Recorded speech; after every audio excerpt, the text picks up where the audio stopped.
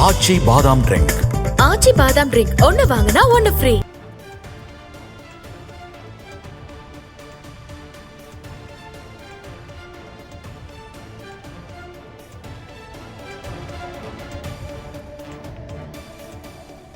இதேபோல மதுரை எல்லிஸ் நகர் பகுதியில் தமிழ்நாடு தவ்ஹீத் ஜமாத் சார்பில் நடைபெற்ற சிறப்பு திடல் தொழுகையில் ஏராளமான இஸ்லாமியர்கள், பெண்கள், குழந்தைகள் கலந்து கொண்டனர்.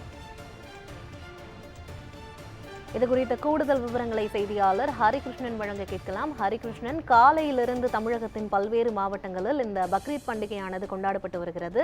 மதுரையில் எவ்வாறு இந்த பண்டிகை கொண்டாடப்பட்டு வருகிறது? மக்கள் எவ்வளவு ஆரவாரத்துடன் இருக்கிறார்கள்? விவரங்களை சொல்லுங்க.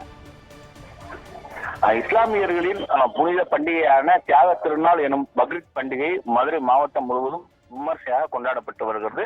மதுரையை பொறுத்தளவுக்கு நகர் பகுதிகளான கோரிப்பாளையம், மாகுப்பாளையம், அரசரடி, காலவாசல், பெத்தானியாபுரம் மற்றும் முனிச்சாலை உள்ளிட்ட பல பகுதிகளில் இருக்கக்கூடிய அந்த பள்ளிவாசல்களில் சிறப்பு தொழுகை நடைபெற்றது. அதே போன்று புறநகர் பகுதிகளாக இருக்கக்கூடிய மேலூர், திருமங்கலம், வாடிப்பட்டி உள்ளிட்ட பல்வேறு பகுதிகளில உள்ள பள்ளிவாசலிலும் சிறப்பு தொழுகையானது நடைபெற்றது. காலையிலே புத்தாடைகள் அணிந்து பள்ளிவாசலுக்கு வந்து ஆண்கள் தனியாகவும் பெண்கள் தனியாகவும் இந்த வழிபாட்டில் ஈடுபட்டார்கள்.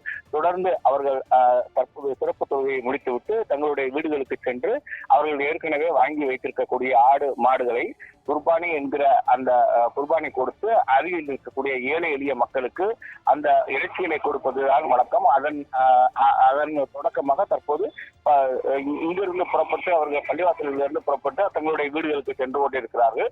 இன்னும் சற்று நேரத்தில் குர்பானிகளை கொடுத்து அதன் பின்பு அவருடைய உணவுகள் சமைத்து ஒன்றாக கூடி உண்ணுகின்ற ஒரு நிகழ்வானது நடைபெற இருக்கிறது.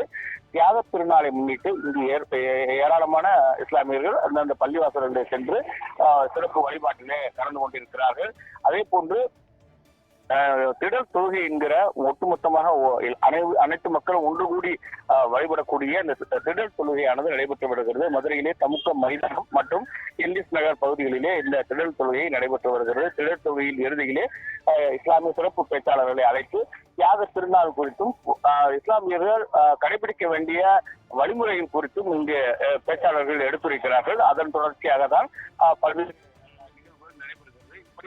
பள்ளிவாசல்களிலும் திடல்களிலும் சிறப்பு தொழுகைகள் நடைபெற்று வருகிறது. இந்த சிறப்பு பிரார்த்தனைகளை முன்னிட்டு பல்வேறு ஏற்பாடுகள் செய்யப்பட்டு இருக்கிறது. அது தவிர காவல்துறையினர் பல்வேறு போக்குவரத்து மாற்றங்கள் செய்து பாதுகாப்பு பணியை ஈடுபட்டு வருகிறார்கள்.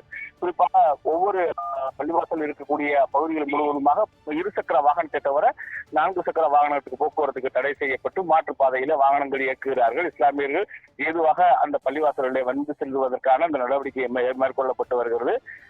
ஒவ்வொரு பள்ளிவாசல்களும் ஆய்வாளர்கள் தலைமையில இங்க பாதுகாப்பு பணிகள் போடப்பட்டிருக்கிறது. அது தவிர இணை ஆணையர்கள், துணை ஆணையர்கள் ரோந்து பணிகளில் ஈடுபட்டு வருகிறார்கள். இப்படி ஒரு அந்த இஸ்லாமியர்களுடைய தியாக திருநாள் தொழுகையானது சற்று முன்னதாக நடந்து முடிந்திருக்கிறது.